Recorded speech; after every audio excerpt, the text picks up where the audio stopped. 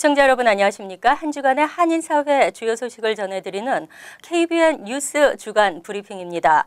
매년 3월까지 18세가 되는 선천적 복수 국적자들은 국적 이탈을 해야 합니다. 이 기간을 놓쳐 불이익을 당하고 있는 선천적 복수 국적 한인 2세들을 구제하기 위한 법안 개정 요청이 또다시 거부됐습니다.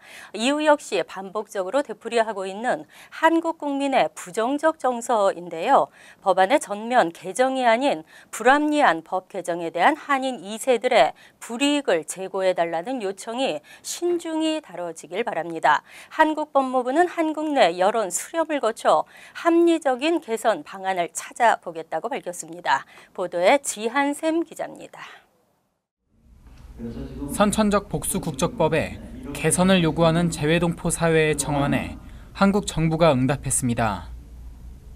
한국 법무부가 뉴욕 한인회 측으로 보낸 답변에 따르면 국적 이탈 시기를 놓친 피해자들에게 유예기간을 달라는 한인사회의 요청은 검토해 볼 만하지만 충분히 국민 여론을 수렴하는 절차가 필요하다고 서면을 통해 답변했습니다. 법무부는 병역 문제나 원정 출산 등에 민감한 국내 여론에 부정적인 영향을 미칠 수 있다며 재외동포의 권익을 지키는 것과 국내에 미칠 영향을 고려해 합리적인 개선 방안을 모색해보겠다고 밝혔습니다.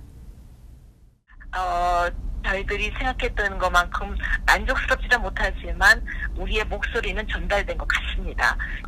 근본적인 개정안을 요청하고 또 저희들이 청원서에 더 많은 사람들이 사인을 해서 보내고 지속적인 이러한 저희들이 운동을 벌인다면은 언젠가 멀지 않아 저희가 원하는 바를 성취할 것 같습니다.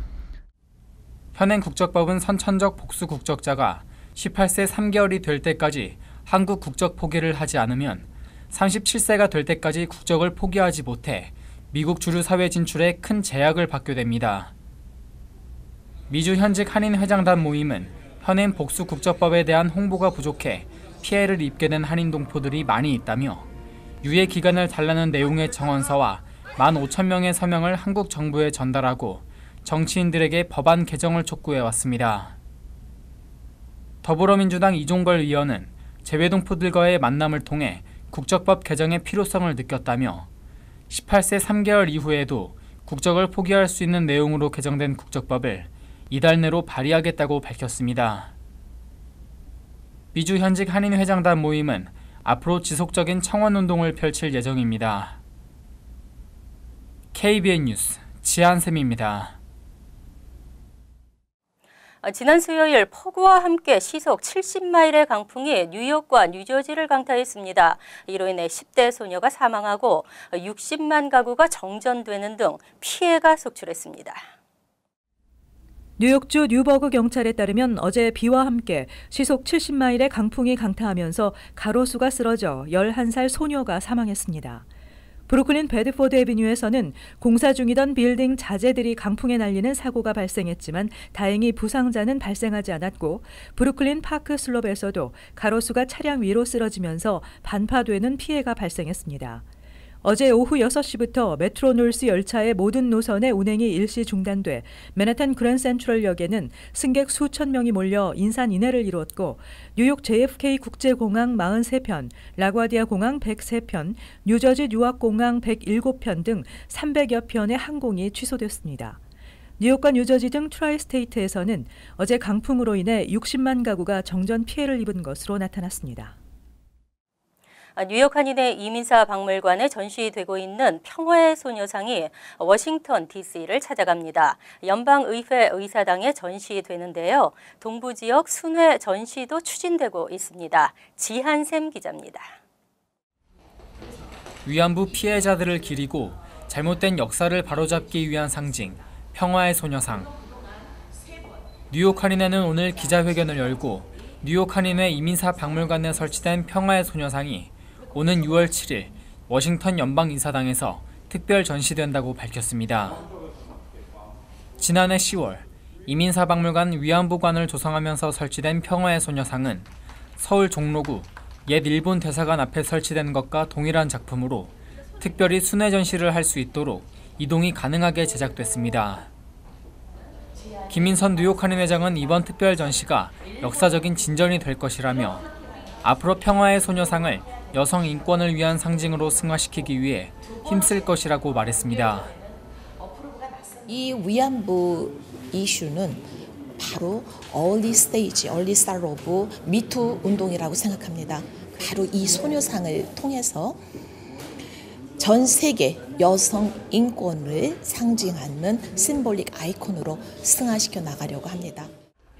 워싱턴 DC 특별 전시는 6월 7일 오후 5시 30분부터 7시 30분까지 2시간 동안 워싱턴 DC 연방의사당 비지터 센터에서 진행됩니다. 캐롤라인 멜로니, 그레이스 메이, 조셉 크라울리 등 6명의 하원의원 주도로 열리는 이번 전시회는 평화의 소녀상 전시와 함께 한국의 문화를 알리는 전통 음악회와 한복 패션쇼도 함께 열리게 됩니다. 뉴욕 한인회 이민사 박물관은 이번 특별 전시를 시작으로 미 동부 지역의 순회 전시를 가질 수 있도록 노력하겠다고 밝혔습니다. KBN 뉴스 지한샘입니다. 정식으로 발급된 영주권 카드가 회수되는 사상 초유의 일이 벌어졌습니다. 발급 날짜가 잘못 찍혔기 때문으로 연방이민서비스국은 올 2월에서 4월 발급된 영주권 카드를 리콜한다고 밝혔습니다. 연방이민서비스국이 사상 처음으로 리콜 조치한 영주권 카드 대상자는 시민권자의 배우자로 조건부 임시 영주권 해지 신청 I-751 승인에 따라 올 2월에서 4월 발급된 8,543장의 정식 영주권 카드입니다. 이번 리콜 사유는 제작상의 오류로 영주권 카드에 발급 일자가 잘못 찍혔기 때문입니다. 이민서비스국은 해당 영주권자와 영주권자의 변호사 등에게 리콜과 관련해 우편을 통해 개별 통지할 계획입니다. 통지서를 받을 경우 서안에 동봉된 프리페이드 봉투에 넣어 20일 내에 영주권 카드를 반송하거나 이민서비스국 지역 오피스에 직접 반환하면 됩니다. 이민서비스국은 잘못된 영주권 카드가 접수되면 15일 이내로 수정된 카드를 영주권자에게 재발급한다는 계획입니다. 이민서비스국은 이번 카드 리콜은 영주권자 체류 신분에는 영향을 미치지 않는다며 카드 반납 후 다시 카드를 받기 전 해외여행 등 비상 상황이 발생한 경우 이민서비스국에 연락하면 된다고 전했습니다. 빠르면 내년부터 H-1B 비자 심사에 새로운 규정이 시행됩니다. 컴퓨터 무작위 추첨제가 폐지되고 학사 학위 소지자는 H-1B 비자를 받기가 어려워질 전망입니다. 이민서비스국이 오는 7월부터 H-1B 비자 심사 규정 변경 작업을 시작할 것으로 예상된다고 immigrationlaw.com이 전망했습니다. 국토안보부는 내년 1월부터 H-1B 비자 심사의 새 규정을 시행한다는 방침이기 때문에 H-1B 제도 개선 작업에 본격적으로 나서며 7월쯤에는 규정 변경 초안 작성이 시작될 것으로 예상됩니다. 지난해 4월 도널드 트럼프 대통령은 미국산을 사고 미국인을 채용하라는 행정명령을 발표했고 각 부처에서는 이 행정명령을 단계별로 실현하고 있습니다. 이 행정명령의 2조 B항은 미국 노동자의 임금과 취업률을 높이기 위해 행정부는 외국 노동자의 미국 내 취업을 엄격하게 관리하도록 했으며 5조 B항은 최대한 빠른 시일 내에 H-1B 비자가 가장 전문적이거나 보수를 많이 받는 신청자에게 발급될 수 있도록 국무부와 법무부, 노동부, 국토안보부 장관에게 개혁안과 사기 방지 방안을 제출하도록 주문하고 있습니다.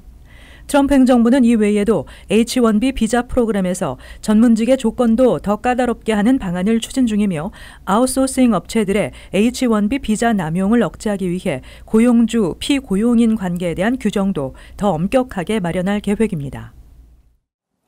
트럼프 행정부가 학생 비자 신분을 유지하지 못할 경우 불법 체류 신분으로 간주한다는 행정명령 이후 우선적으로 체류 시한을 넘긴 오버스테이 유학생 출신 이민자들에 대한 집중 추적이 진행됐습니다. 연방이민서비스국이 오는 8월 9일부터 유학생 교환 방문, 직업훈련 등의 학생 비자 소지자들에 대해 학생 신분 유지를 하지 못한 날짜부터 불법 체류일로 산정하겠다고 밝힌 바 있는 가운데 가장 우선적으로 오버스테이 유학생 추적에 나선 것으로 알려졌습니다. 이 같은 조치는 전체 오버스테이 불법 체류자 약 74만 명 중 유학생 출신이 약 8만 명으로 가장 비율이 높은 데다 이들이 불법 취업해 미국인 일자리에 피해를 주고 있다는 판단에 따른 조치로 분석됩니다. 연방국토안보부에 따르면 한국 국적자 중 2016 회계년도 기간에 체류 기한을 넘겨 오버스테이 불법 체류가 된 비이민 입국자는 11,696명으로 파악됐으며 이 가운데 학생 및 교환 방문 비자로 입국했다 오버스테이가 된 한국인은 이보다 적은 5,111명 정도로 알려졌습니다. 이들 중 3,043명은 비자 기한을 넘겨 체류하다 결국 출국한 것으로 파악됐고 나머지 2,068명은 회계년도 말까지 미국에 머물고 있는 것으로 나타났습니다. 한국 국적 오버스테이 불법 체류자는 비자 면제 프로그램을 통한 무비자 입국자가 5,875명으로 가장 많았습니다. 이는 2016 회계년도에 무비자로 입국한 한국인 126만 6,839명 중 체류 기한을 넘긴 후에 출국한 1,368명과 체류 기한을 넘기고서도 회계년도 말까지 미국에 체류 중인 것으로 파악된 4,507명을 합한 것입니다. 연방이민국이 불법 체류 청소년 추방 유예 프로그램 다카의 갱신 신청 접수를 재개했습니다. 하지만 신분 노출 우려 때문인지 신청률이 저조한 것으로 나타났습니다. 연방이민국의 불법 체류 청소년 추방 유예 제도인 다카 갱신 신청이 재개됐지만 다카 제도의 불확실성과 불법 체류자 단속에 대한 두려움 등이 신청률 저조로 이어지고 있다고 LA타임즈가 보도했습니다. 다카 갱신이 재개된 1월 이후로 드리머들이 접수를 신청해왔지만 여전히 많은 드리머들이 갱신을 망설이고 있으며 특히 9,000명 이상의 다카 소지자들이 다카 만료가 됐음에도 불구하고 신청하지 않고 있는 것으로 나타났습니다. 다카 갱신 신청 접수를 돕고 있는 이민법 전문 변호사들은 상당수의 다카 소지자들이 갱신 서류를 제출하는 것을 두려워하고 있는데 이는 신분이 노출되면서 이민 단속반에 자신의 신상이 전달돼 추방으로 이어질 수도 있다고 생각하기 때문입니다. 한편 신문에 따르면 미 전역에서 다카 소지자가 가장 많은 곳은 남가주로 다카가 폐지될 경우 가장 큰 타격을 받을 지역으로 나타났습니다. 현재 미 전역에서 69만 4천여 명이 다카에 등록된 것으로 이 중 20만 명이 캘리포니아주에 거주하고 있었으며 이 중에서도 62%가 LA, 리버사이드, 샌디에고 카운티에 거주하고 있습니다. 뉴저지 주의회가 세금 인상안을 논의 중입니다. 올해 소득세 징수가 감소한 데 따른 것으로 부족한 예산을 확보하지 못할 경우 저소득층 커뮤니티 칼리지 학비 면제 등의 방안이 실현되기 어려울 것으로 전망되고 있습니다. 2018년도 소득세 징수 현황에 따르면 올해 징수된 소득세는 23억 달러로 지난해보다 1%인 2,310만 달러가 감소해 부족한 세수 확보가 시급한 상황이라고 주 재무부가 발표했습니다. 머피 주지사는 이번 예산안에 세수 확보를 위해 부자 증세와 판매세를 현행 6.625%에서 7%까지 끌어올리는 방안 등을 포함시켰지만 주의회가 반대 입장을 보이면서 난항을 겪고 있습니다.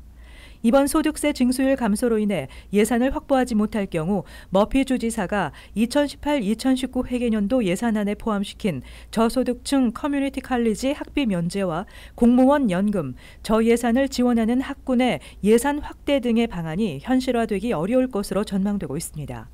폴 살로 주 상원 예산위원장은 강력한 세금 징수 방법을 통해 부족한 세수를 더 확보해야 한다는 의견을 밝혔습니다. 서민들의 경제는 나아진 것 같지 않지만 세계의 경제는 호황세이고 미국의 대기업들도 대규모 자사주 매입에 나서고 있습니다. 애플은 이달 초 1,000억 원 달러 규모의 자사주 매입 계획을 발표했습니다. 30년 만에 최대폭 트럼프 대통령의 감세 조치 효과입니다.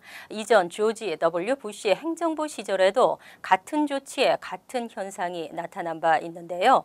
하지만 개인소득세 감세가 만료되는 2027년 중하위 소득계층을 중심으로 세금은 더 늘어날 것으로 예측되고 있습니다. 대기업의 호황이 설비 투자나 임금 인상으로 이어지지 않았습니다. 내일 파더스 데이입니다. 곧이어 메모리얼 연휴도 이어집니다. KBN 뉴스 주간 브리핑 여기서 마칩니다. 시청해 주신 여러분 고맙습니다.